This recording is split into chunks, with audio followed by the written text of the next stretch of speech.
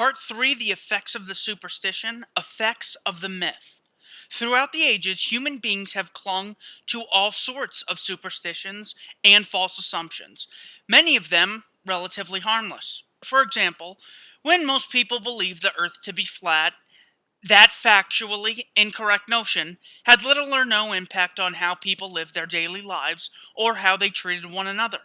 Likewise, if children believed in the tooth fairy or that storks delivered babies, they're not going to become purveyors of evil as a result of accepting such myths. On the other hand, over the years, other false assumptions and myths have posed a real danger to humanity. It could be a simple misunderstanding amongst doctors, which led them to try cures that posed a bigger threat to their patients than the melodies they were trying to treat. As a more drastic example, some cultures offered up human sacrifices in hope that doing so would win the favor of their imaginary gods. But nothing else comes close to the level of destruction, mental, emotional, and physical, that has occurred throughout the world and throughout recorded history as the result of the belief in authority. By dramatically altering how people perceive the world, the myth of authority alters their thoughts and actions as well. In fact, the belief in the legitimacy of a ruling class, government, leads nearly everyone to either condone or commit acts of evil without even realizing it. Having been convinced that authority is real, and that by way of it, some human beings have acquired the moral right to initiate violence and commit acts of aggression against others by way of so-called laws, every Democrat, every Republican, every voter, and everyone else who advocates government in any form is a proponent of violence and injustice. Of course, they do not see it that way because their belief in authority has warped and perverted their perception of reality. The trouble is that when something alters a person's perception of reality, the person rarely notices it happening. For example, the world might look different to someone wearing colored contact lenses, even though he cannot see the lenses themselves. The same is true of mental lenses. Each person thinks that the world is really the way he sees it. Everyone can point to others and claim that they are out of touch with reality, but almost no one thinks that his own perception is skewed, even when others tell him so.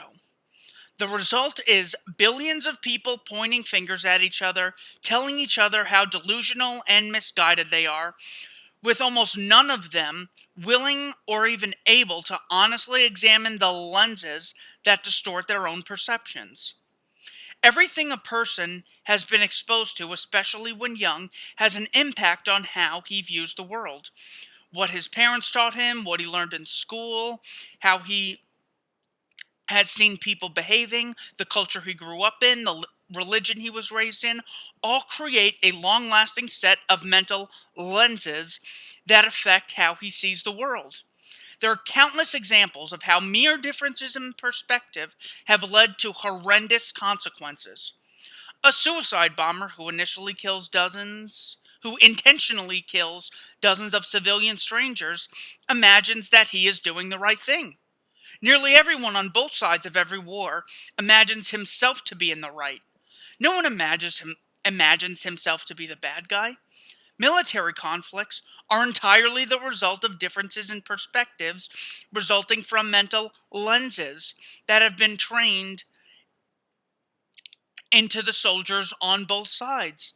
It should be self-evident that if thousands of basically good people were all seeing the world as it is, then they would not be desperately trying to kill each other. In most cases, the problem is not actual evil or malice, but simply an inability to see things as they are. Consider an analogy. Someone who has ingested a strong hallucinogen and who, as a result, becomes convinced that his best friend is really a malicious alien monster in disguise. From the perspective of the one having hallucinations, violently attacking his friend is perfectly reasonable and justified. The problem, in the case of one whose perception of reality has been distorted is not that he is immoral, or that he is stupid, or that he is malicious. The problem is that he is not seeing things as they actually are, and as a result, decisions and actions which seem perfectly appropriate to him are in reality horrible and destructive. And when such a hallucination is shared by many, the results become far worse. When everyone has the same misperception of reality, when everyone believes something untrue, even something patently absurd, it doesn't feel untrue or absurd to them. When a false or illogical idea is constantly repeated and reinforced by nearly everyone, it rarely occurs to anyone to even begin to question it. In fact, most people become literally incapable of questioning it because over time it becomes solidified in their minds as a given, an assumption that doesn't need a rational basis and doesn't need to be analyzed or reconsidered because everyone knows it to be untrue, or everyone knows it to be true.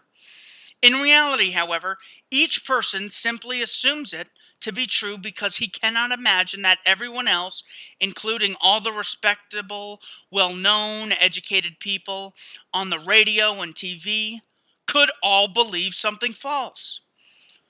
What business does one average individual have doubting something which everyone else seems perfectly comfortable accepting and as indisputable truth?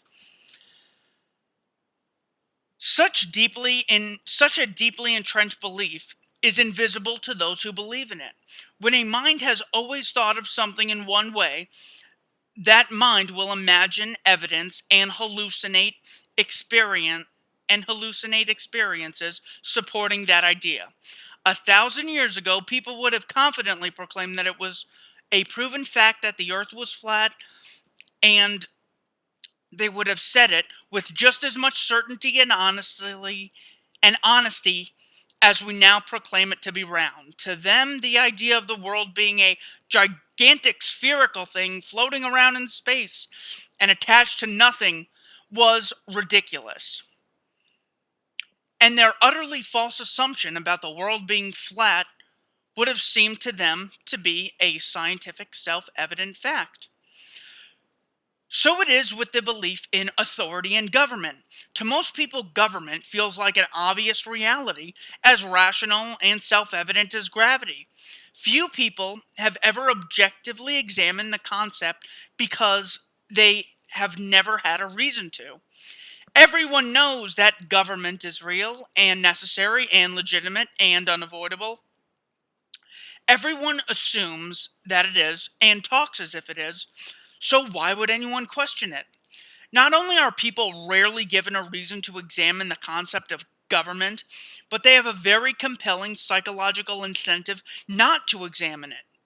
It is exceedingly uncomfortable and disturbing, even existentially terrifying, for someone to call into question one of the bedrock assumptions upon which his entire view of reality and his entire moral code has been based for all of his life.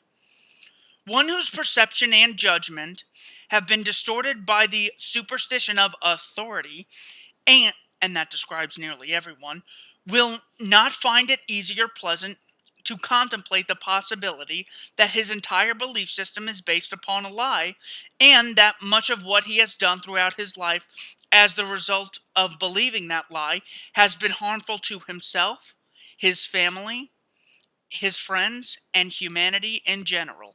In short, the belief in authority and government warps the perception of almost every person, skews his judgment, and leads him to say and do things which are often irrational, or pointless, or counterproductive, or hypocritical, or even horribly destructive and heinously evil. Of course, the believers in the myth do not see it that way because they do not see it as a belief at all.